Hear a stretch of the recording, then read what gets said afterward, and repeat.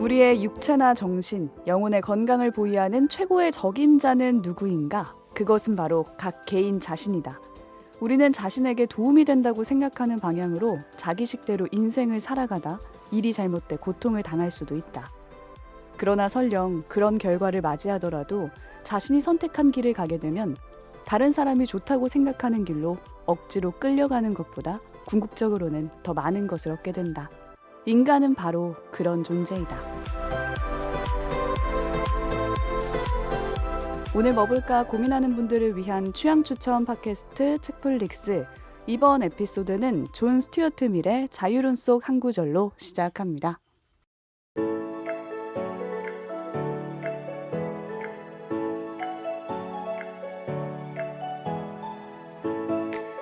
안녕하세요, 책디입니다. 오늘도 책플릭스 함께 만드는 두 분 나와 계세요. 안녕하세요. 만족한 돼지보다 불만족한 책플릭스 멤버로 살고 싶은 본입니다. 안녕하세요, 덕필입니다. 그 소개는 뭔가요? 안 물어볼 수가 없네. 이따가 설명해드리겠습니다. 제가 네, 오늘 네. 좀 주제에 맞춰서 특별히 준비해봤어요. 네, 돼지? 돼지보다? 네. 네. 알겠습니다. 사실 솔직히 말하면 돼지로 살고 싶어요. 행복한 돼지로. 네, 어쨌든 저희 되게 오랜만에 인사를 드리는데 겨울 특집에 대한 얘기는 클로징 시간에 좀 나눠보도록 하고요. 오늘 좀 바빠가지고 먼저 오늘 소개할 작품부터 나눠볼게요. 일단은 저 같은 경우에 오프닝을 보고 딱 네. 떠오른 문장이 있는데 제 아는 지인 중에 카톡 프로필에 이렇게 써놓은 사람이 있어요. 내 인생 망쳐도 내가 망친다. 내가 정확히 이렇게 써왔어. 망해도 내가 망해.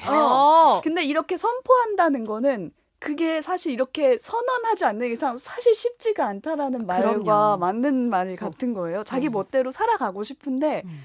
하도 옆에서 이런 뭔가 지적질과 방향을 알려주려는 사람도 많고 눈치도 많이 보게 되고 그러니까 내 인생 내가 망친다 써놓음으로써 뭔가 나 자신도 자꾸 다지게 되는 그런 느낌이 아니었을까. 잠깐만요. 제가 지금 책데이 프로필 확인해 보겠습니다. 지금 왜요? 친구 핑계 대고 자기 얘기하는 아니야 나 아니야. 멀티 프로필로. 저는 제가 왜 망해도 내가 망해라고 생각이 들었냐면 제가 이제 20대 때 부모님과의 갈등이 제일 심했거든요.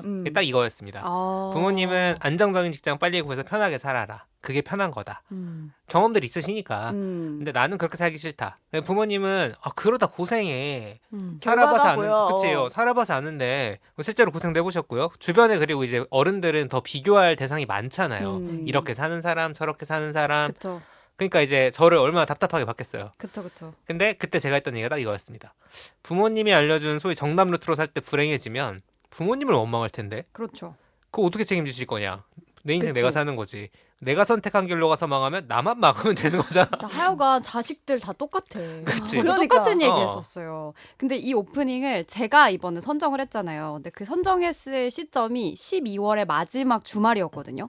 근데 저는 항상 그 시점이 되면은 좀 착잡하고 오히려 반대로 부모님 말 들을 걸. 그런 후회를 또 할 때가 그냥 있죠. 차라리 부모님 탓할 때 탓하더라도 세상 말 들을 걸 그냥 편한 길을 갈 걸 이런 후회를 하게 되거든요. 근데 그러던 중에 이 부분을 제가 읽고 위로가 되더라고요. 이 힘이 책이, 돼. 책이 잘못됐네. 그러니까 이 지난 한 해 동안도 내가 선택한 거 정말 많이 잘못된 선택들이 많았지만 그래서 고통받았지만 그래도 어쨌든 나는 내가 옳다고 생각하는 길을 내가 선택해서 갔기 때문에 궁극적으로 내 삶에서 내가 더 많은 것을 얻고 있구나라고 좀 야. 합리화를 할 수가 있었고 제가 또 같은 시기에 하필 또 뭘 봤냐면 넷플릭스에 탈주라는 작품이 공개가 됐거든요. 네. 그래서 그걸 봤는데 거기에 진짜 절묘하게 이런 장면이 나와요. 그 북한 군인으로 나오는 규남 역할의 이재훈 씨가 탈주를 이렇게 북한을 탈북하려고 하면서 그 구교환 씨랑 대치하는 장면이 나와요. 구교환이 잡아요. 그러면서 야 나만 가지 말아라. 나만이 지상 낙원인 줄 아냐? 막 이러면서 협박하는 장면이 나오는데 그때 그 북한 군인이 뭐라고 하냐면 나는 남한에 실패하러 갑니다. 마음껏 실패를 해보고 싶어서 가는 겁니다. 라는 말을 해요. 그래서 이제 북한 군인이 결국 나중에는 스포입니다, 스포. 그래, 가서 마음껏 실패해라. 하고 이제 보내주게 되는데 그래서 이게 너무 두 개가 저한테 맞물려서 큰일 와 났네. 실패할 자유를 누린 한 해였다. 나중에 우리 원망하지 마세요. 나 아무 말도 안 라고 할게요. 여러분께도 혹시 지난 한 해 동안 실패를 많이 했다면 우린 실패할 자유, 좌절할 자유를 누린 것이다. 이 문장은 너무 힘이 돼서 약간 지갑에 넣어나가고 싶은 그런 느낌. 네. 네. 많은 말이 떠오르지만 거대한 합리화의 현장. 네, 네, 그렇습니다. 일단 저희 세 사람이 이 책을 읽고 오늘은 각자 나누고 싶은 이야기를 하나씩 준비를 해왔거든요. 네. 근데 일단 안 읽어보신 분들도 있을 것 같기 때문에 네. 본의의 3분 요약부터 들어보겠습니다. 일단 책플릭스 2025년 첫 책 저희가 이런 일련의 사태가 터지기 전에 선정을 했다는 내란 점을 사태. 이런 사태가 터지기 전에 선정했음을 그렇습니다. 미리 말씀을 드리고요. 자유와 민주주의를 이야기할 때 가장 먼저 거론되는 인문 고전이자 자유민주주의의 사상적 토대를 구축했다고 일컫는 책 하버드, 옥스퍼드, 서울대, 연세대, 고려대 선정 필독서 그리고 오늘 제가 인사말로 인용했던 행복한 돼지보다 불만족스러운 소크라테스가 되겠다. 이런 명언을 남겼던 영국의 철학자 존 스튜어트 밀의 저서 자유론입니다. 저에게 지금 이런 책을 3분 안에 요약하라고 미션이 요약하지 떨어졌어요. 말란 얘기지. 그쵸. 2025년 최대의 고민이어서 진짜 힘들었거든요. 근데 좀 쉽게 말씀을 드리자면 자유가 뭔가? 자유는 왜 중요한가? 자유의 한계는 무엇인가? 현실에 어떻게 적용할 수 있는가? 이렇게 다룬 책이에요. 근데 뭐 존 스튜어트 밀이 우리가 이거 녹음하기 전에도 얘기했지만 생각보다 좀 재미있는 분입니다. 되게 좀 시크하고 우리말로 하면 약간 T 성향이 굉장히 강한 완전요. 분. 맞아요. 그래서 본인이 주장하고 예상되는 반박 미리 말하고 거기에 또 재반박하고 이렇게 유튜브 재댓글 계속 달듯이 그렇죠. 이렇게 구성이 되어 있는데 아니 사실은 자유가 뭔지 모르는 사람이 어딨냐라고 생각하실 수도 있을 것 같아요. 근데 이 책에서 말하는 자유의 개념을 알기 위해서 영어 제목을 또 보시면 좋습니다. 영어 제목이 On Liberty잖아요. 근데 자유에 대하여. 사실 우리가 흔히 아는 자유는 freedom이라는 단어가 있어요. 근데 이 liberty가 freedom과는 좀 구별되는 의미의 자유인데 freedom은 인간이 그냥 외부로부터 속박 없이 의지대로 행동할 수 있는 그 능력, 우리가 흔히 아는 그 천부 인권으로 부여받은 그 인간의 자유를 뜻한다면 이 liberty는 정치 권력에 대항하여서 그 정치 권력에서 풀려나서 얻은 자유의 의미를 가집니다. 그래서 liberty라는 단어를 사용하는 맥락이 있다면 좀 정치 사회적인 맥락에서 어떤 권력의 지배를 받았었다라는 걸 좀 내포하는 그런 의미라고 보시면 돼요. 그래서 우리가 미국에 있는 뉴욕에 있는 그 자유의 여신상 Statue of Liberty잖아요. 그래서 freedom과 liberty가 그렇게 좀 구분이 된다. 그래서 이 책에서 계속 사용할 자유라는 표현은 그러니까 인간이라면 당연히 누려야 될 그런 자유가 아니라 정치 권력에 대응하는 그런 개념으로서의 자유라고 생각해 주시면 됩니다. 그래서 자유권이라고 하는 사람들도 있어요. 맞습니다. 리버티는. 그래서 이 자유 한 줄 요약을 해드리자면 우리가 사회에서 피해를 주지 않는 이상 개인의 자유는 절대적으로 보장되어야 한다. 이 책 내용 전부입니다. 네, 그거를 이제 전부예요. 300페이지 동안 써놓는 겁니다. 네. 그걸 제가 좀 쉽게 우리 일상생활에서 좀 적용할 수 있게 얘기를 해보자면 지금 점심시간이잖아요. 내가 당신의 옷에 내 음식을 튀기지 않는 이상, 내가 음식을 도둑질한 게 아닌 이상 나는 왼손잡이로 젓가락질을 해도 되고 포크로 먹어도 되고 짜장면으로 메뉴를 통일하지 않아도 된다. 탕수육을 부먹이나 찍먹으로 먹어도 되고 내 짜장면에 고춧가루를 부어 먹어도 된다. 이렇게 내 개성을 발현해서 음식을 먹을 수 있는 사회에서 내가 원하는 목표를 이룰 수 있는 것이 결국 이 사회에는 이득이 된다라고 정리를 해봤습니다. 자, 거기에 수많은 반론을 할 수 있지만 그쵸? 네가 왜 짜장면을 먹어야 되는지에 대해서 맞아요. 그 얘기는 이제 뒤에 다 맞아요. 자세하게 나와 있습니다. 네가 그런 식으로 부먹을 하는 게 나는 기분이 상한다. 그렇지, 나한테 라든가. 피해를 준다라고 라든가. 얘기할 수도 있고 그러면 그 기준은 뭔가 전제는 누가 정하냐 이런 음. 이야기들을 우리가 지금부터 좀 사례를 들어가면서 얘기해보면 되겠습니다. 저도 네. 동의를 하는 부분이 있고 없는 부분이 있어서 맞아요, 그래요? 맞아요. 얘기할 내용이 많을 것 같아요. 네. 이 책이 총 5개의 장으로 되어 있는데 1장은 서론이고 5장은 적용 부분이에요. 현실 적용. 네. 네. 그래서 2, 3, 4장에 나눠서 그 내용이 다 들어가 있거든요.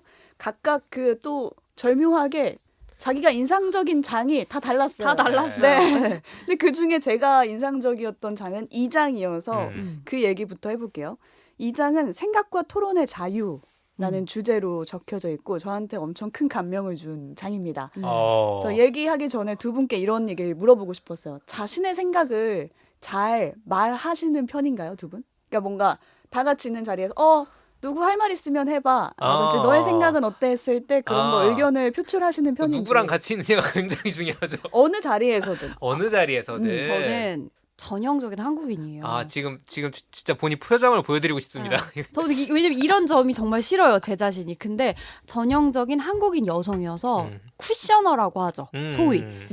그래서 저는 의견을 말을 못하진 않지만 모모인 것 같지 타요? 않을까? 막 이런 식으로 누군가에게 뭔가 괜히 내가 강한 의견을 말하는 게 상처를 줄까봐 아, 뭐 이번에는 좀 따뜻한 국물을 추우니까 먹는 게 좋지 않을까요? 막 이런 식으로 말해요. 그치. 나는 초밥 먹기 싫다. 쌀국수 먹겠다. 그렇게 잘 못해요. 라고 못한다. 네. 저는 공적인 자리에서는 그냥 얘기해요. 이것이 그런 것 오피셜한 같아요. 자리다라고 하면 오히려 그러니까 불편해할 사람이 앉아있더라도 얘기하는데 사적으로 대화할 때는 수만 쿠션도 안 쳐 나는 그냥 거짓말을 합니다. 앞에 사람이 좋아할 얘기를 해요. 그거 되게 저는 되게 구분해서 해요. 그래가지고 굳이 뭐 이 사람이랑 불쾌할 일 뭐 있어? 라고 하면은 뭐 비위도 잘 맞추고 그렇게 하는데 뭐가 오피셜한 자리여서 이것이 뭔가 의사결정에 영향을 준다. 근데 물론 사적인 자리에서도 그런 대화가 있을 수는 있지만 이제 그런 걸 좀 구분하는 편이에요. 기본은 맞춘다. 제가 두 분을 봤을 때는 개인적으로 두 분은 그래도 말을 잘 하는 편 같거든요. 약간 우리 이미지가 그렇죠. 회사에서 대바라진 것들. 우리 회사는 전체적으로 말을 안 하는 분위기긴 한데 그 중에서도 상위권에 있는 분들 말을 조금 한다. 책플렉스 덕분인가 보다. 근데 그 두 분을 보면서 제 스스로 느낀 게 있는데 저는 좀 용기를 가져야지 말을 할 수 있는 사람으로 속하거든요. 생각이 정리가 안 되면 말을 잘 못하고 그러다가 때를 놓쳐서 그 자리에서 침묵하게 되면 집에 돌아와서 아, 나 진짜 비겁하다. 자괴감을 느끼고 이런 과정을 굉장히 많이 거친 사람 중에 한 명으로서 저의 뼈를 때린 챕터라고 할 수가 있습니다.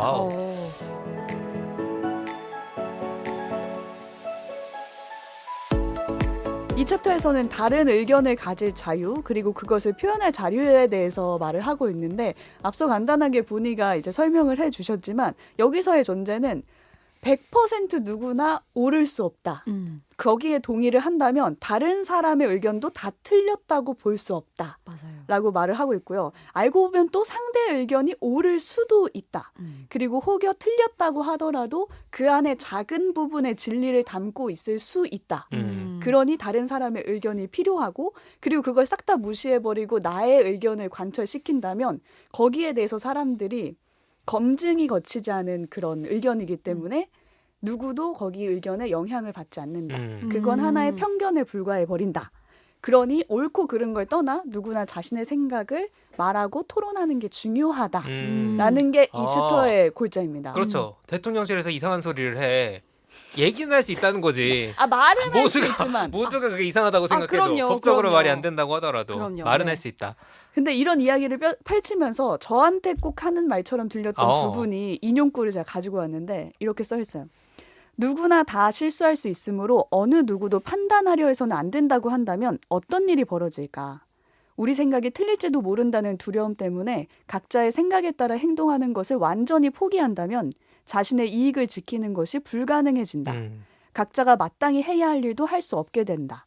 옳다는 확신이 드는데도 자신의 생각에 따라 행동하는 것을 주저한다면 그것은 양심적인 행동이 아니라 비겁한 짓이다. 사람이나 정부나 능력이 닿는 한 최선의 길을 찾아 행동해야 한다. 절대적으로 확실한 것은 있을 수 없다. 책임을 가져라.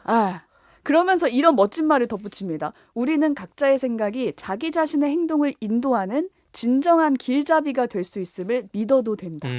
아니 반드시 그렇게 믿어야 한다. 이렇게 멋진 말을 덧붙이는데 제가 답답한 거는 그래서 어떻게 하라고.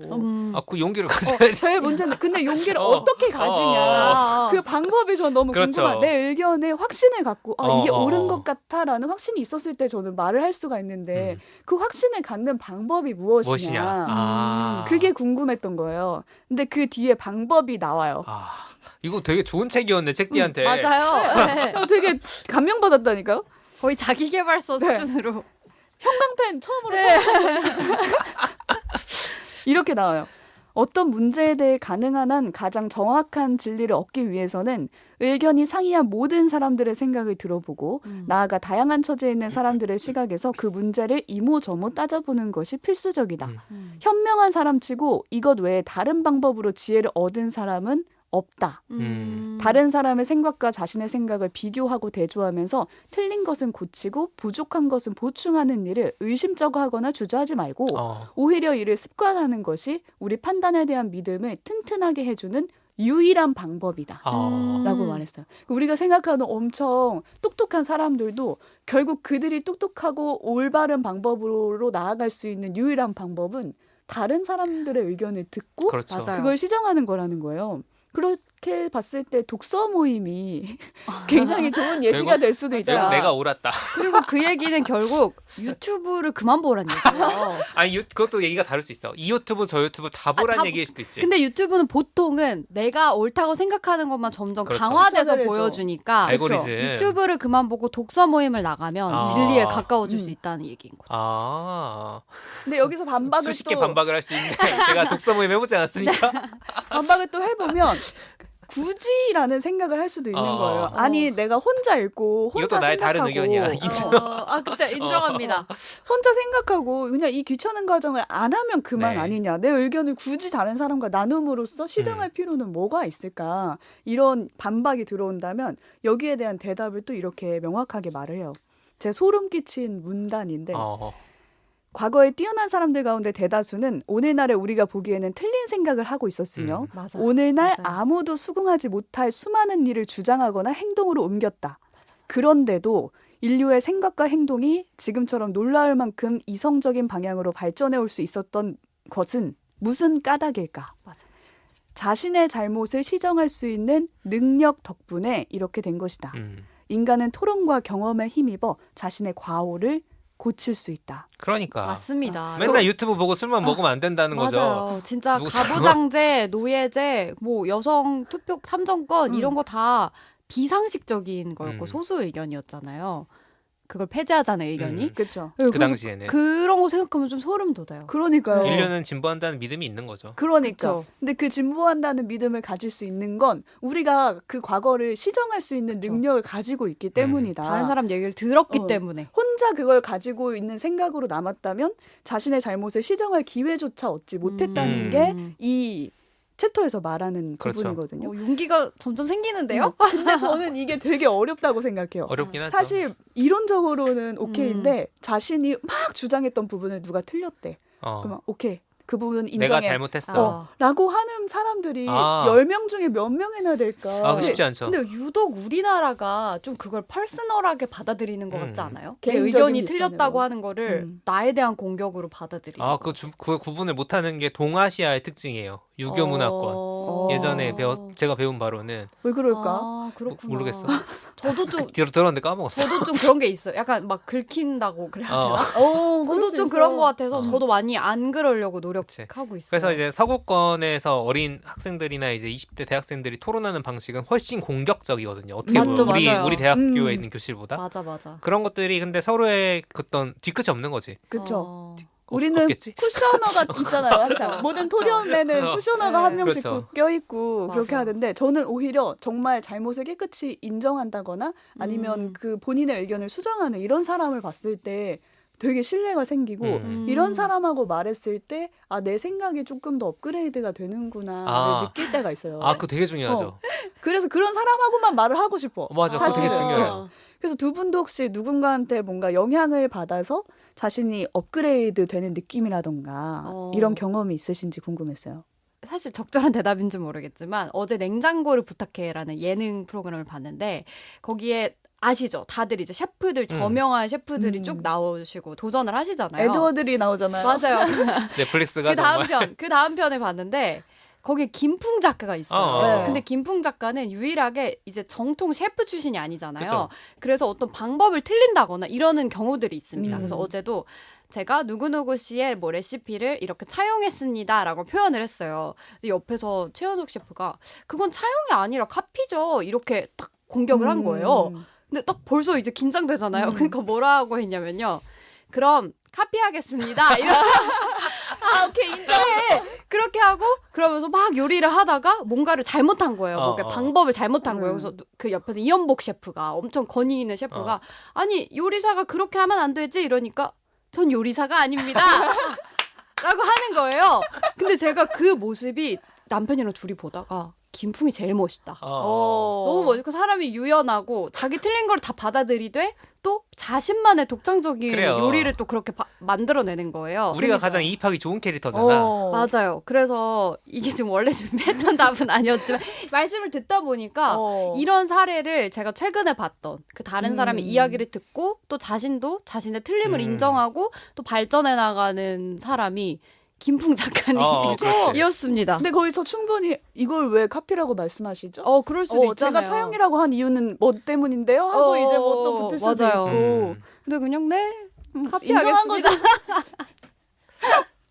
그렇게. 덕 PD는요? 사실 그 책디가 지금까지 한 얘기가 제가 교육학 전공하지 않았습니까? 거기서 가르친 내용 중에 하나예요. 왜냐면 어떤 의견과 다른 의견이 어떤 A와 B라는 의견 중에 무엇이 우월한가를 우리는 어떻게 판단할 수 있는가 토론해 보면 된다고 하거든. 그걸 가르치는 그 일종의 학파가 있어요. 교육이란 무엇인가를 규정하는 여러 가지 방법 중에, 그러니까 학교에서 가르친다고 그게 아니라는 거지. 그런 식으로 해서 다른 의견을 접해봐야 어떤 의견이 우월한지 알 수 있다. 그 얘기를 무조건 하는데 제가 그러다 보니까 우리가 숨쉬듯이 하는 일이 원래 그거지. 다른 사람의 의견을 듣고 업그레이드 되는 거는 그렇죠. 이라는 생각을 좀 가지고는 있었거든요. 근데 제가 최근에 되게 인상 깊었던 사례가 하나 있어서 네. 개인에 대한 무언가는 아니었고 어떤 사회 현상을 본 건데 사실 몇 년 전부터 저를 사로잡고 있던 부정적인 감정이 무력감이었거든요. 뭐 직장에서도 그렇고 사회로도 그렇고 이게 시사를 오래 하다 보니까 점점 나빠져. 그럼 막 저출산이라서 한국 소멸한다는데 아이 뭐 시니컬한 입장에서는 뭐 소멸하면 어때? 약간 그게 더 행복한 거 아닌가? 약간 나 죽을 이런 때까진 괜찮아. 조금 시니컬한 감정도 있고 했는데 지난 12월 21일 토요일에 일명 남태령 트랙터 대첩이라는 사건이 벌어집니다. 이거 저한테 진짜 작년에 큰 사건이었어요. 개인적으로. 그러니까 간단히 지금 모르시는 분들을 위해 설명을 하면은 이제 12월 3일 내란 사태 이후로 벌어진 여러 집회 중에 농민들이 전국에서 트랙터를 몰고 한남동 대통령 관저로 가겠다라는 시위가 있어요. 이게 집회 신고가 다 되어 있어서 경기도까지는 경찰들이 보호해주면서 왔거든요. 근데 경기도에서 서울을 진입하는 과천에서 그 관악구 쪽으로 넘어오는 남태령 쪽에서 거기서 갑자기 서울 경찰이 막은 거예요. 이게 토요일 상황이었어요. 그리고 동짓날이었어요. 엄청 추운 날이었고. 근데 그날 수많은 시민들이 남태령으로 달려가면서 정말 춥고 밤이 제일 길다고 한 동짓날에 1박 2일에 걸쳐서 총 28시간에 걸친 집회가 이어지고 결국에 경찰이 길을 열었습니다. 그래서 트랙터들이 한남동 관저 앞까지 가서 평화롭게 집회하고 해산을 했는데 자세한 과정은 뭐 남태령 대처 검색해보시면 기사가 엄청 많이 있으니까 확인하실 수 있습니다. 이게 왜 나한테 중요했냐? 그게 중요한데 저는 대학 시절에 학생운동을 했어요. 그래서 수많은 집회 현장과 투쟁 현장을 다녀봤거든요. 지금보다 훨씬 공권력이 어묵하던 시절이었는데 그때마다 경찰로 대표되는 공권력이 집회 참여자들을 어떻게 대하는지 봤고 이 트랙터 투쟁 비슷한 것도 많이 봤습니다. 농활 같은 거 가면 보거든요. 그러면 이래요. 경찰이랑 농민들이 실랑이를 하다가 끝나. 그냥 농민들은 집에 가고 몇 명 연행되고 그냥 뭐 약간의 폭력도 있고 서로 간에 일종의 이제 이런 걸 보면서 어차피 안 바뀌는 거고 의뢰하는 거지 라는 무력함이나 시니컬함이 있었던 거죠. 그런데 처음 본 거야. 이렇게 되는 게. 그리고 처음 있는 일이에요. 이건 정말 처음 있는 일이에요. 그냥. 그래서 상상도 못했던 그 생면부지에 그 농민들이 왜 트랙터 끌고 서울로 온지도 모르는 사람들이 새벽에 트위터 보고 막 기사 보고 막 나온 거야. 그게 너무 놀라운 상황이었거든요. 그러니까 그 추운 동짓날 밤에 경찰들이 차벽 세우고 앞에 방패 들고 있으면 무서워요. 인간의 기본적인 감정이 그렇단 말이에요. 거긴 도심도 아니잖아요. 남태령 고개 혹시 가보셨어요? 그냥 고개가 요렇게 있어요. 옆에 그래 역도 되게 작고 그런 데인데 그 고립돼 있는 남태령이라는 고개로 정말 수천 수만 명의 사람들이 간다는 게 쉬운 일이 아닙니다. 근데 그걸 보면서 뭘 느꼈냐면 세상에 이런 마음이 있구나. 아직도. 그래서 뭔가 나는 못 갔지만 그때 무슨 일이 있어가지고 되게 가고 싶다는 생각을 하면서 있었는데 그 가는 사람들을 보면서 모종의 희망 같은 걸 가지게 됐어. 그리고 되게 내 인생은 하나도 안 바뀌었지만 그걸 보면서 내가 내 삶에서도 약간 이렇게 무력할 필요가 없겠다 라는 생각도 드는 거예요. 사회에 대한 희망뿐만 아니라 어떤가 내 한 몸이 뭔가 고생스럽더라도 어쩌면 그 고생이 뭔가 가치가 있을 수 있고 변화를 만들어낼 수 있겠다. 그래서 더 이상 시니컬하지만은 않을 것 같다. 업그레이드가 됐네. 그게 제가 최근에 겪은 가장 큰 일이에요. 와. 이건 올해의 기쁨이네요. 작년의 기쁨이죠. 자유로운 일상에 희망을 추구할 자유가 그렇지. 이제 인간의 기본 자유 중에 하나로 소개가 되는데 그게 딱 제 눈앞에 지금 보여지는 느낌이네요. 이 질문이 저한테 정말 오래 걸렸거든요. 답을 찾는데 너무 많은 거야. 한란 많고 근데 뭔가 의미 있는 게 뭐였지라고 하다가 가장 최근에 저한테 진짜 의미 있는 변화는 이거였다. 와. 그래서 시민으로서뿐만 아니라 직장인으로서도 더 이상 시니컬하지만 않을 것 같다. 오. 라는 생각이 들어서 좀 소개를 해봤습니다. 약속 지키세요. 그 지키고 직장인으로서 시니컬하지 지금 않겠다. 뭔가 생각하고 있는 게 되게 많아요. 약속 오. 여러 사람과 만날 약속을 잡고 있고 그래서 오. 일단 체크리스트 열심히 하잖아. 네, 그렇죠. 오. 그러니까 스스로가 변화하는데 도움이 되는 건 스스로 뭔가 안에서 막 끌어올라서 그게 아니라 무조건 다른 사람이 필요하다라는 무조건 게 필요합니다. 이 책에서도 계속 말을 하고 있거든요. 맞습니다. 근데 이 책을 쓴 밀이 만약에 살아있다면 제가 같은 질문을 밀한테 던진다면 밀은 아마 그 사람으로 아내를 말하지 않았을까 이런 어. 상상을 해봤거든요. 이 책 내내 아내에 대한 얘기가 거의 이제 뭐 앞뒤로도 나오고 아내 그러잖아요. 참가예요. 그쵸. 진짜. 뒤에 막 연애설도 나오고 하는데 진짜. 최고의 남편. 네, 맨 처음 첫 페이지에 이렇게 써 있어요. 내가 쓴 글 중에 가장 뛰어나다고 할 수 있는 것은 모두 그녀의 영감에서 나온 것이기에 그런 글을 나와 함께 쓴 것이나 마찬가지다. 그러나 불행하게도 뜻하지 않은 죽음 때문에 이 책은 그녀가 수정하지 못했다. 그와 같은 도움을 받지 못한 채 쓰는 글이란 얼마나 보잘것없을까 라고 쓰여 있거든요. 근데 이게 150년 전에 썼던 그쵸. 글이잖아요. 1850년대 글입니다. 그때 뭐 남녀를 뭐 여자의 능력을 이렇게 그렇죠. 받들어준다거나 막 이런 분위기가 아니었는데도 그리고 철학자 집안의 장남이었단 말이에요, 이분이. 그런 뭔가 분위기 속에서도 맞아요. 이런 글을 썼다는 것 자체가 되게 놀라웠고 상대방에게 무조건 긍정적인 호응으로 힘을 줄 수도 있는데 아마 미래의 아내는 그런 내조는 아니었던 것 같아요. 무조건 동지적 관계에 가까웠던 것 같아요. 너가 오라 이것보다는 너의 주장을 보고 아내의 의견을 내므로써 계속 미래의 주장을 시정해주는 그런 역할도 아내분이 분명히 했기 정말 때문에 이렇게 쓰지 않았을까. 자유가 있던 가정이었던 거죠. 그러니까요. 네. 그래서 이런 전반적인 내용을 보면서 제가 얻은 답은 저처럼 자신의 생각에 확신이 없는 분, 그러니까 말할 용기가 잘 생기지 않는 분들한테 필요한 건 무엇보다 누군가라는 그 존재인 것 같거든요. 그러니까 신뢰하는 가까운 관계에서 서로의 다른 의견을 좀 주고받으면서 첫 번째 검증을 끝내면 사실 조금 확신이 생겨요. 맞아요. 저도 집에서 남편한테 제 이야기를 먼저 한 다음에 확신이 생기면 그걸 이제 다음 단계에서 좀 그렇죠. 말할 수 있고 거기서 확신이 생기면 또 더 공적인 자리에서 말할 수 있는 것처럼 네.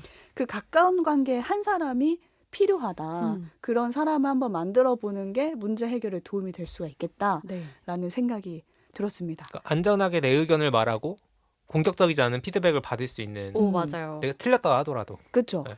맨 끝에 이런 얘기가 나오거든요. 사람들이 억지로라도 양쪽 의견을 모두 듣게 되면 언제나 희망이 있다. 억지로라도 책플릭스를 청취하시면서 저희 셋의 다른 생각을 들어보시면 여러분과 저희의 생각이 또 수정되고 확신이 더해지는 그런 과정이 될 수 있지 않을까. 책모임 좋죠. 네, 라는 생각이 듭니다. 네. 그래서 여러분의 댓글도 항상 환영한다는 점 네. 끝으로 말씀드립니다.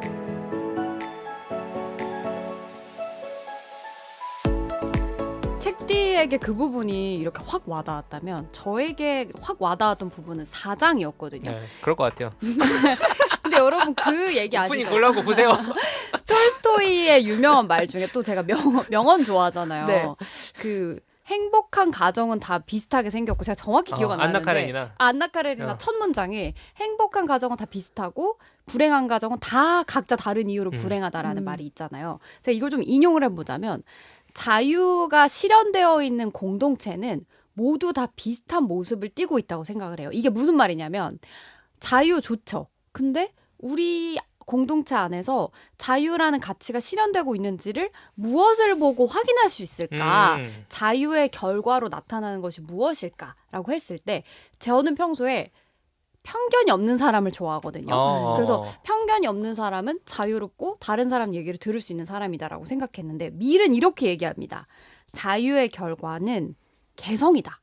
그리고 개별성이 발현되는 사회가 행복하고 자유로운 사회다. 그러면서 인간이 획일적으로 묶어있는 상태보다는 다른 사람에게 피해를 주지 않는 전제 아래에서 자신의 개별성을 최대한으로 발전시킴으로써 모두가 더 고귀한 존재가 된다고 이야기를 해요. 그러면서 사회의 발전과 개개인의 개별성의 발휘는 사실상 동일한 말이다라고 하면서 개별성을 잘 키우면 모두가 높은 수준의 발전에 이룰 수 있다라고 이야기를 하는데 저는 이 말을 곰곰이 생각해보니까 이게 그냥 한국 사회에 딱 던지는 말 같은 거예요. 이게 왜 그러냐면 한국 사회는 개별성이 이꼴 발전이라고 생각하지 않고 획일성이 이꼴 발전이라고 생각을 하거든요. 전 세계에 서브웨이 샌드위치 파는 거 되게 많잖아요. 다른 나라에서 혹시 서브웨이 가보신 적 있으세요? 왜 다른 나라까지 가서 서브웨이 없으시구나. 제가 그럼 퀴즈를 내드릴게요. 전 세계에 있는 서브웨이와 우리나라에 있는 서브웨이의 차이점. 우리나라에는 세트 메뉴가 있다. 정답이에요. 세트 메뉴가 있어? 그러니까 뭔가 없어. 고르지 딴 데는? 않고 그냥 이거 시키면 주는 거. 예를 들면 서브웨이에서 그럴 수가 있어? 우리나라 서브웨이는 보통 뭐 BLT 샌드위치 주세요. 근데 무조건 빵부터 골라야 되잖아. 아니 이렇게 뭐 안 고르고 할 수 있어요? 그러니까 고른다는 게 BLT 무슨 샌드위치 무슨 빵 고르고 그러니까 처음에 큰 거를 먼저 하나 고르고 그다음에 뭐 할라피뇨 빼주시고 이거 빼주시고 이렇게 고르는 방식이거든요. 추가해주시고. 맞아요. 아니면은 뭐 요즘에 뭐 차은우 픽 막 이런 식으로 미리미리 만들어 놓기도 해요. 아니면 뭐 꿀조합 국룰 조합 이런 게 다 검색하면 나오잖아요. 제가 미국에서 서브웨이를 갔을 때 제가 원래 할라피뇨 빼거든요. 그래서 그냥 아무 생각 없이 이제 뺄 거를 말해야겠다.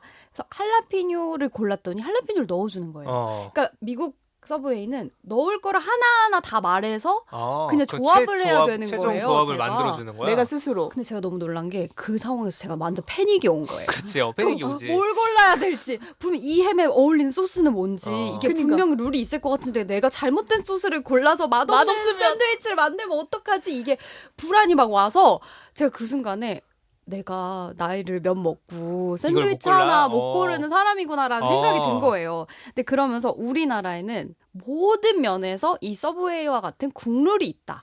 그치. 이렇게 하지 않으면 불안하다라고 이제 좀 프레셔가 사회적 압박이 있는 것 같은 거예요. 추천 소스 무조건 이런 거 있잖아. 추천 소스 그리고 뭐 예를 들면 어디에 가면 이거 드세요. 속초에 가면 이거 드세요. 그쵸. 결혼할 때는 뭘 사세요. 육아를 하면 이걸 사세요.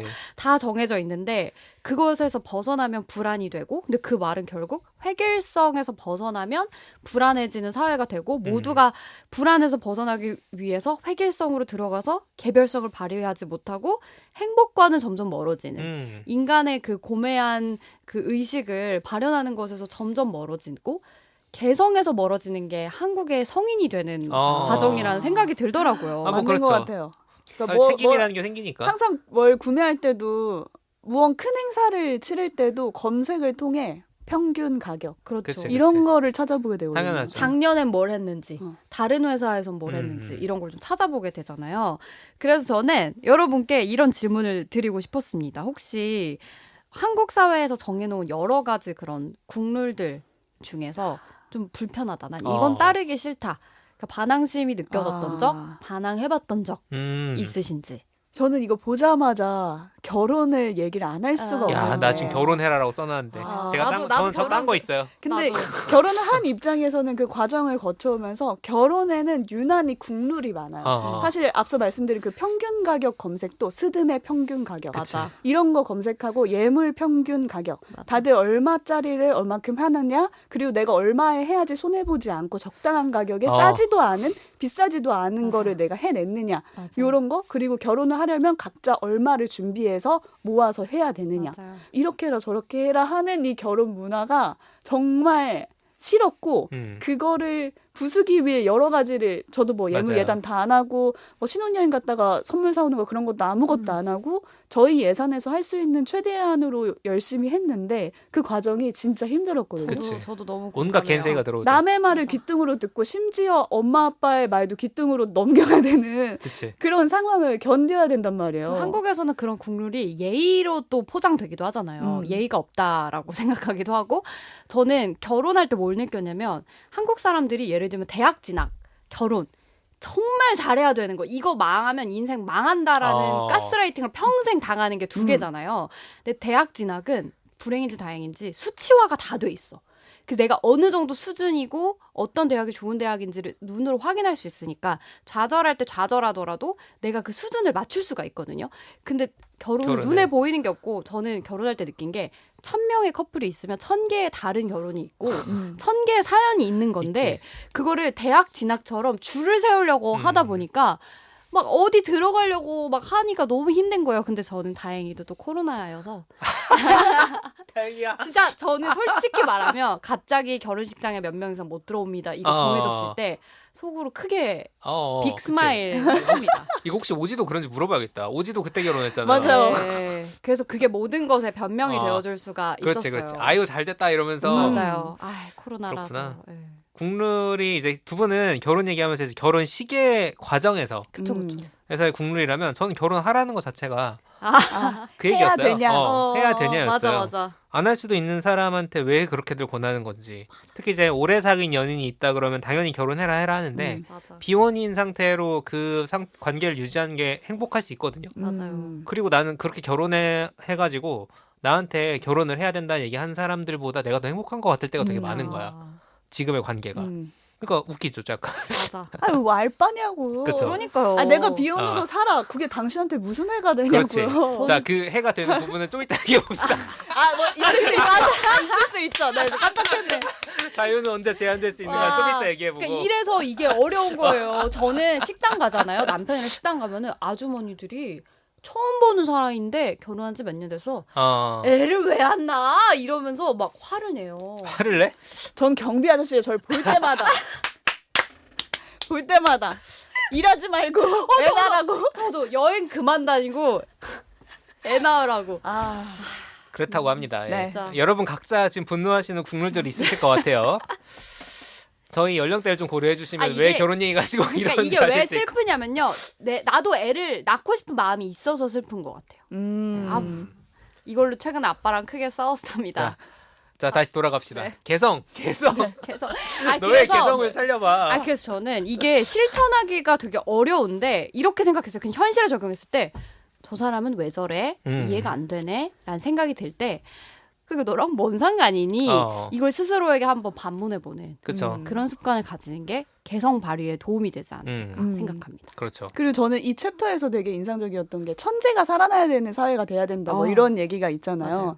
근데 천재는 되게 소수잖아요. 100명이 있으면 이제 한 명이 천재라면 99명은 그들의 개별성을 지켜줘야 나도 편하게 살 수 있다라는 거예요. 맞아요. 그가 어떤 뭔가 이론을 내고 우리 사회가 발전할 수가 있잖아요. 근데 그거를 99명의 평범한 사람들이 잘라버리면 그냥 그대로 갈 수밖에 없다라는 거죠. 그렇죠.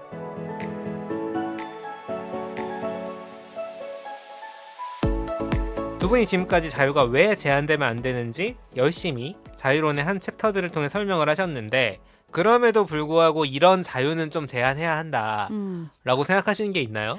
이거 오늘 아침까지도 대답을 못 정하고 네. 있다가 아침에 김현정의 뉴스쇼를 들으면서 네, 네, 회사에 네. 왔거든요. 근데 거기서 우리가 여러분의 생각과 다른 이야기를 할 때 악플을 달지 말아주세요라는 이야기를 하시면서 어떤 얘기를 하냐면 1도 나와 다르지 않고 똑같은 생각만 찾아 듣지 마시고 우리 얘기를 듣고 자신의 생각을 한번 해보세요라는 이야기를 하거든요.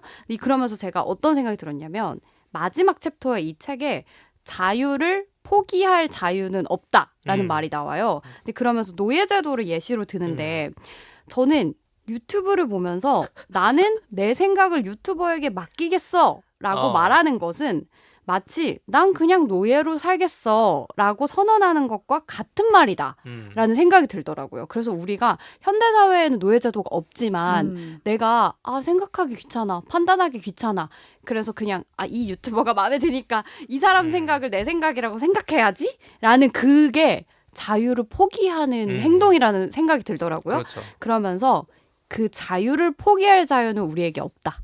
그래서 내가 내 생각을 그냥 내려놓고 난 수동적으로 살겠다라고 생각하는 그 자유는 제한되어야 한다라고 얘기하고 싶었습니다. 그건 미래 얘기고 내가 오늘 끝에 써놨는데 미리 제한해야 된다고 하는 자유. 네, 그러면 다시 표현할게요. 유튜버에게 내 생각을 맡길 자유.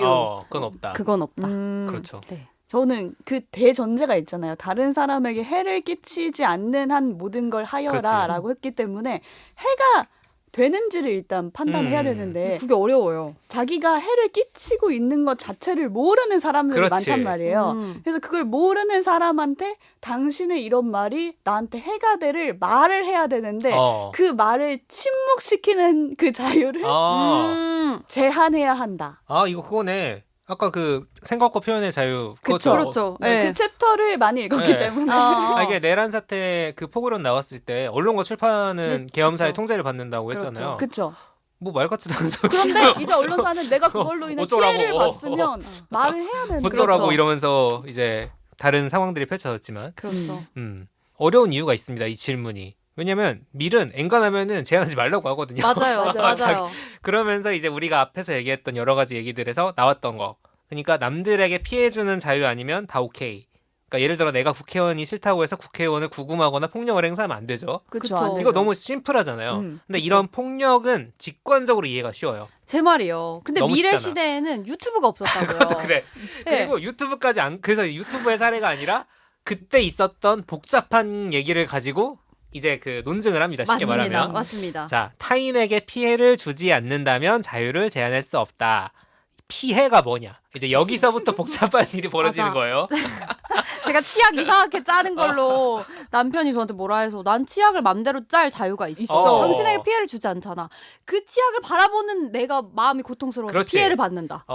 그러면 또 그럼 또 뭐라고? 이제 그 피해를 어떻게 증명할 것이야 그치. 나에게. 예전에 그런 논쟁들 많았잖아요. 요즘도 그런지 모르겠는데 그 같이 처음에 살기 시작하면은 화장실을 어느 방향으로 그렇죠. 걸어놓냐 가지고 싸운다. 칫솔을 양말을, 어떻게 한다. 맞아요. 어떻게 정리한다 싸우잖아요.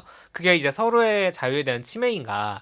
뭐 그런 짜친 얘기도 있지만 밀은 조금 더 빡센 사례를 가지고 옵니다. 네. 자, 1800년대에 금주법이 필요하다. 면서 이런 주장을 하는 단체가 있었대요.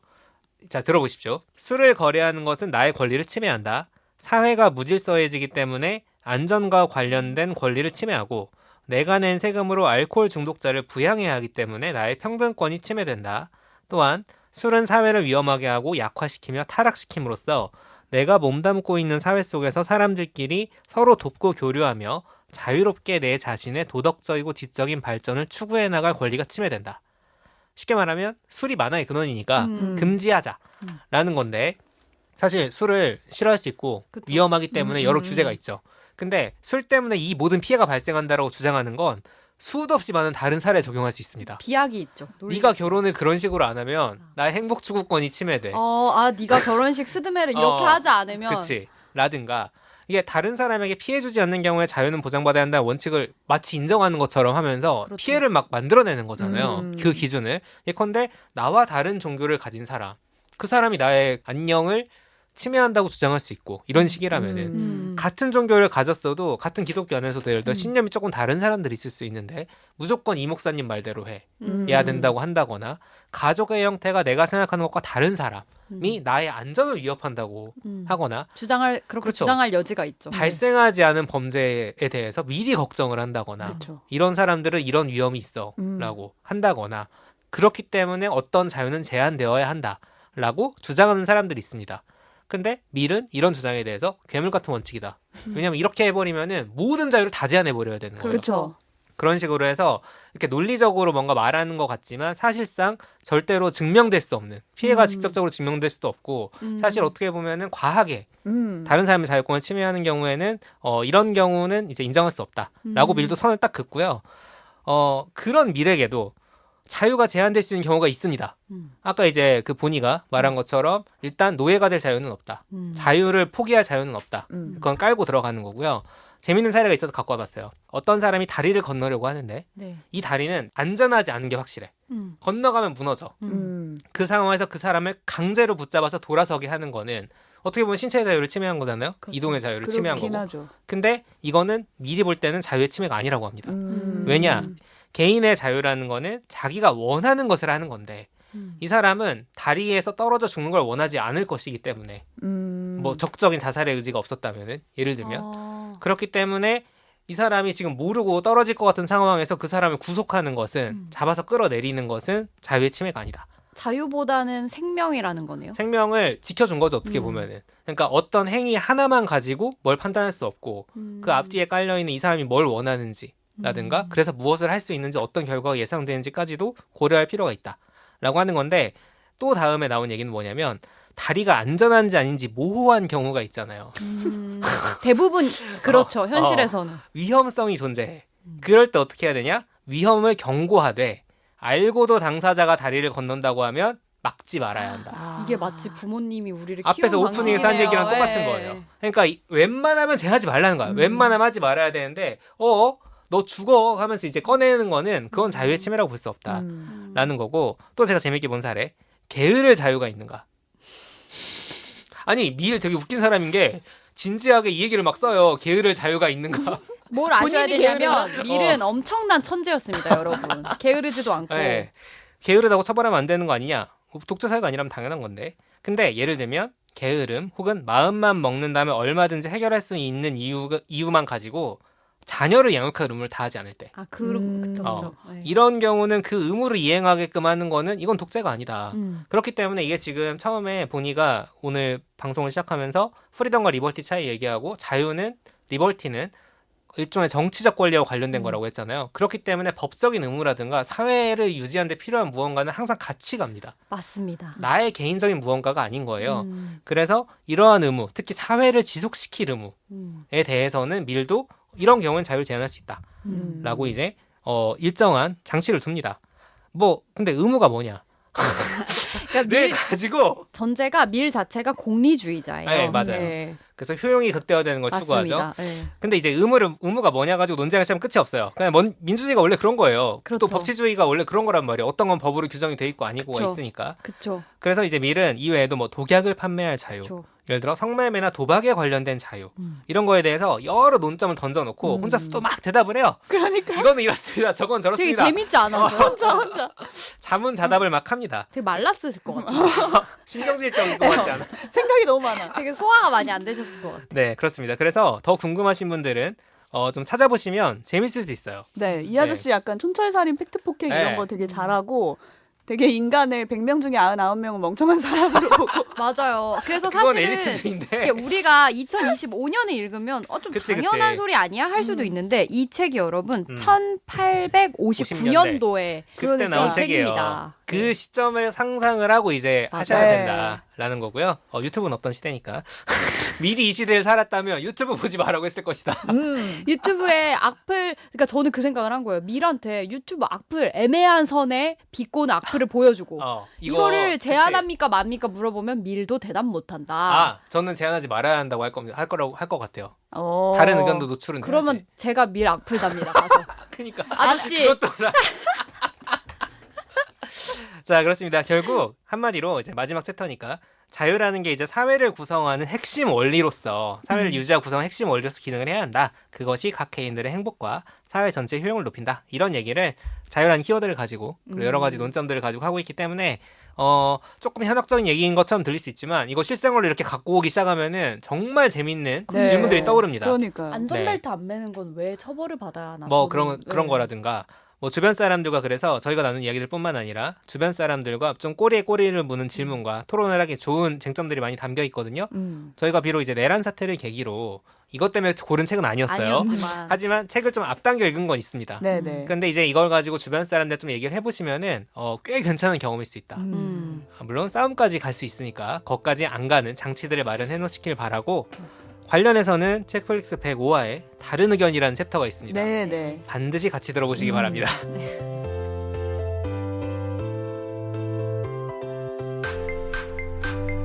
오늘 뭐 볼까 고민하는 분들을 위한 취향 추천 팟캐스트 책플릭스. 지금까지 존 스튜어트 밀의 자유론에 대한 얘기 나눠봤고요. 저희 그럼 겨울 특집에 대한 얘기를 좀 설명을 해드려야 될 것 같아요. 네, 그렇습니다. 자, 저희 책플릭스 유튜브 보지 말라고 그렇게 얘기해놓고 책플릭스만 봐. 다른 건 보지 마. 우리만 진실이야. 근데 우리 유튜브에 나와. 자, 저희 책플릭스 유튜브에 12월 4일 날 랩코니님이 남겨주신 댓글입니다. 네. 책플릭스 제작진 분들 지난밤 안녕히 잘 보내셨나요? 지금도 믿기지 않는 계엄 소식 때문에 저는 새벽 4시까지 잠을 이루지 못했습니다. 믿기지 않는 뉴스 너머로 실제로 들리는 창밖의 헬기 소리는 일상의 안녕을 깨뜨리기에 너무나 충분하더라고요. 어젯밤부터 계속 뉴스에서 시선을 떼지 못하다가 계속되는 긴장과 불안에 머리가 깨질 것 같아서 화면을 끄고 심신을 환기하기 위해서 밖으로 나왔습니다. 그리고 책플릭스에서 제가 좋아했던 에피소드를 짧게 다시 듣고 책플릭스 덕에 요즘 다시 자주 집계된 책을 펴서 잠시 현실에서 떠나 있다가 돌아왔는데요. 위안이 되고 환기가 되더라고요. 이번 에피소드에서 책플릭스를 왜 보는지 물었던 질문이 생각나 이걸 끄적이기 위해서 댓글에 남깁니다. 위안을 줘서 감사합니다. 평안한 내일 맞길 바라겠습니다. 아, 그렇습니다. 네. 뭐 내란 사태가 12월 3일 밤에 벌어지면서 많은 분들의 일상이 흔들렸죠. 저희의 일상도 많이 흔들렸고, 그리고 한 달이라는 시간 동안 저희가 사실 저희는 이제 시민으로서도 그렇지만 직장인으로서 해야 될 일들이 있었습니다. 저희가 아무래도 언론사 방송사에 다니고 있다 보니까 각자 또 해야 될 일들이 있어서 원래는 저희 겨울 특집이 12월 중순에 시작하기로 약속이 다 돼 있었어요. 네. 그리고 이 뭐 컨셉이라거나 책이나 영화 같은 것들에 대한 얘기도 11월에 이미 정리가 돼 있었는데 다 미뤘죠. 이 그쵸. 내란 사태가 터지고 그 다음에 또 12월 말쯤에 시작하려고 하다 보니까 이제 항공기 참사까지 있었다 보니 이제 애도의 시간을 좀 가지고 조금 늦게 찾아뵙게 됐고요. 여기서 이렇게 얘기해 주신 것처럼 책플릭스 이렇게 잘 들어주시면서 위안을 받고 계신 분들도 계시기 때문에 여전히 내란 사태는 진행 중이고 참사에 대한 애도의 마음도 있지만 이런 일상을 좀 회복하기 위해서 저희도 돌아왔습니다. 맞습니다. 자, 겨울 특집 간단히 설명을 해드리면은 컨셉은 고전을 만나는 시간. 고전을 만나다. 고전을 만나다. 아, 그렇습니다. 진지하게 해주세요. 네, 이거 되게 중요한 주제예요. 이름은 들어봤지만 이거 스스로 비웃지 마세요. 아니 내가 말을 못 만들겠네. 고전의 재발견 이러면 너무 뻔하고. 근데 이제 고전 안 뻔할 수가 없잖아요. 책장에 하나쯤은 꽂혀 있겠지. 고전을 만나는 시간. 아무튼 이름은 들어봤지만 의외로 본 사람은 적을 수 있다. 그쵸. 실제 본 사람은. 여러분 자유를 읽어보셨습니까? 보통 교과서에서 배워요. 이걸 왜 우리가 읽어야 되냐고. 그러니까요. 집에 한 권씩 무조건 있어요. 진짜. 있어요? 그래? 그리고 읽었어도 아마 앞에만 읽고 뒤에까지는 앞에 안 서론이랑 봤을 거예요. 해제. 네. 그렇게 보는데 말씀드린 것처럼 직접 본 사람은 적을 수도 있지만 고전의 반열에 있는 작품들이 있죠. 뭐 총균세 같은 거. 그렇죠. 이런 거 사실 한 줄 요약하면 제가 이제 그때 이거 가지고 막 얘기하면서 본인이랑 얘기한 적 있잖아요. 총균세는 한마디로 부동산이 최고란 얘기예요. 맞아요. 그거를 1600 페이지 가지고 논증을 하는 책인데 입지 선정이 중요하다. 전 세계의 역사를 가지고. 근데 이런 식으로 들어는 봤지만 자세히는 모르는 그런 것들을 좀 다뤄보고 싶어가지고 준비했고요. 자유론도 저희가 그래서 이 컨셉을 정한 다음에 진작 골라놓은 작품이었는데 맞아요. 어쩌다 보니 우리나라의 자유에 대한 고찰이 되게 필요한 시기가 되어서 맞습니다. 오늘 먼저 시작을 하게 됐습니다. 네. 네. 그래서 저희가 앞으로는 약간 여러분이 들어는 본 하지만 안 봤을 가능성이 있는 그런 작품들 가지고 얘기 나눠보려고 하고요. 저희가 지난 가을 특집을 마무리하면서 책플릭스 왜 듣는지 댓글 남겨주시면 좋겠다라고 말씀을 드렸거든요. 근데 많은 분들이 댓글을 또 남겨주셨습니다. 네, 오디오 클립에 스리스리 마스리님이 남겨주신 댓글. 광고업계 종사자이신가? 책플릭스를 듣는 3가지 이유가 있습니다. 첫째, 넷플릭스는 매달 돈은 나가는데 무엇을 먼저 봐야 할지 몰라서 줄거리만 보다가 시간을 보낸 적이 많습니다. 줄거리를 읽는 시간이 아까워서 책플릭스를 접하게 되었고 출퇴근 시간에 들으니 심심했던 출퇴근 시간이 재밌어졌습니다. 둘째, 전 책 편식이 엄청 심한 편입니다. 편식을 안 하려면 어떤 책을 봐야 할지 막막했는데 책플릭스에서 추천해주시는 책을 듣고 제 취향에 맞는 걸 고를 수 있어서 좋았어요. 이 말투로 써주신 거 맞아요? 아니면 모든 문장에 느낌표가 다 있어서 살리고 있어요. 세 번째는 너무 근데 여기서 끊겼어요. 세 번째 너무 혹시 이거 쓰시다가 무슨 일이 있으신 거 아니죠? 이게 오디오 클립이 글자 수 제한이 있는데 그거를 모르시고 이제 그냥 남기신 건지 쓰다 마신 건지 모르겠습니다. 제가 지금 종이를 잘못 프린트한 줄 알고 저 정말 그렇습니다. 미쳐버리겠네요. 궁금해 미쳐버리겠어요. 그 뒤에 뭐라고 하셨나요? 네, 뭐라고 하셨는지 우리 스리스리 마스리님 마저 댓글 부탁드립니다. 달아주십시오. 네. 자, 그리고 팟빵의 워킹 포테이토님. 좋은 작품 추천받고 접했던 작품 다루시면 다른 사람들은 어떻게 이 작품 보고 느꼈을까 공유하며 독서 모임하는 기분으로 듣고 있습니다. 완전 미래 수제자. 그러네요. 저희가 이제 오늘 했던 얘기랑 맞네요. 네네. 그리고 사실 저희가 이제 올해 6년 차인데 6년 동안 해왔던 일입니다. 그렇습니다. 자, 그리고 바로 이어서 팟빵의 하나찌님, 책이나 영화 추천해주는 팟캐스트나 유튜브는 많지만 취향에 맞는 방송은 찾기 힘들더라고요. 네. 여러 가지 들어봤지만 가장 재밌어요. 영어방 책플릭스.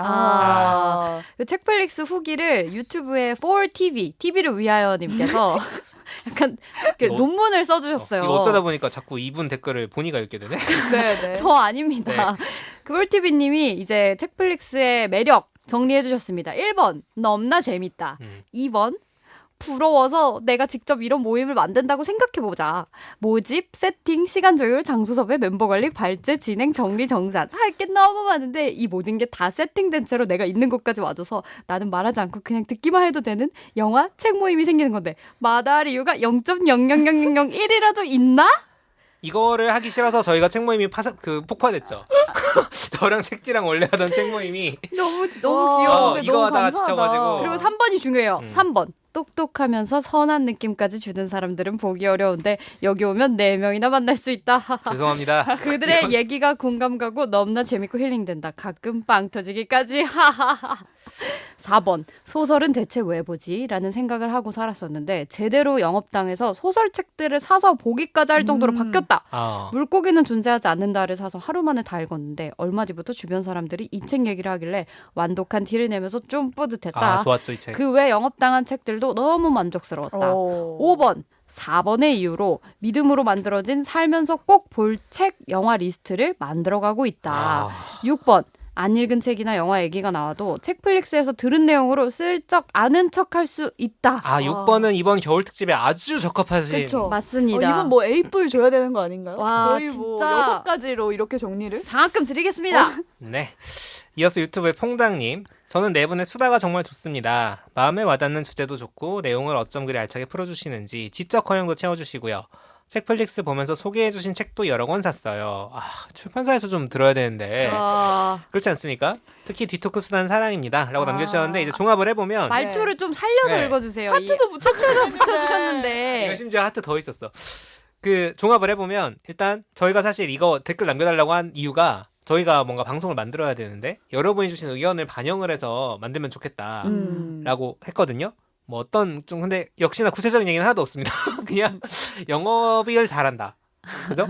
믿을 수 있는 작품을 소개해준다. 시니컬함 버리기로 했잖아요. 아니 지금 빌드업이에요. 네, 분석하지 말고. 네. 하던 대로 해라. 좋다. 그렇습니다. 그런 거라서 저희는 하던 대로 하기로 했습니다. 좋습니다. 네, 그리고 돌아왔잖아요. 네. 그죠? 그쵸. 저희 지금 이 댓글 남겨주신 분들 외에도 다른 분들의 댓글도 다 챙겨보고 있다는 점 말씀드리고요. 맞습니다. 마지막으로 오디오 클립에 보나님이 이런 댓글 남겨주셨어요. 자기 전에 책플릭스 듣다 보면요. 수선스러운 가운데 잠이 듭니다. 그래서 다음 날은 잠든 시점부터 다시 듣고 이렇게 여러 날을 아껴 듣게 된답니다. 저의 좋은 밤 친구가 사라져서 또 한동안 이거저거 들으면서 유목 생활을 해야겠네요. 겨울밤 좋은 친구가 되어줄 책플릭스 기다릴게요. 네. 돌아왔습니다. 네, 이제 겨울 특집 시작됐으니까요. 매주 정기적으로 업로드가 되는 거죠? 네, 저희가 원래 금요일에 쭉 업로드를 했는데 금요일 오전 출근길을 조금이라도 즐겁게 해드리려고 아마도 그 일정대로 계속 업로드가 될 거고요. 네. 오지도 종종 돌아올 겁니다. 네. 열심히 만들던 프로그램이 끝났기 때문에 네. 이제 조금 한가해졌을 겁니다. 네. 겨울에 돌아온 책플릭스 반갑게 인사 댓글로 또 남겨주시면 좋겠고 여러분의 생각들 오늘 자유론에 대한 생각들 좀 나눠주세요. 궁금하네요. 그렇습니다. 그리고 이 고전은 안 읽어봤는데 읽은 척 좀 하고 그렇죠. 싶다 하는 책 있으시면 추천해주시면 또 좋겠습니다. 네. 그럼 저희는 다음 주에 새로운 에피소드로 돌아오겠습니다. 청취해주신 여러분 고맙습니다. 감사합니다. 감사합니다.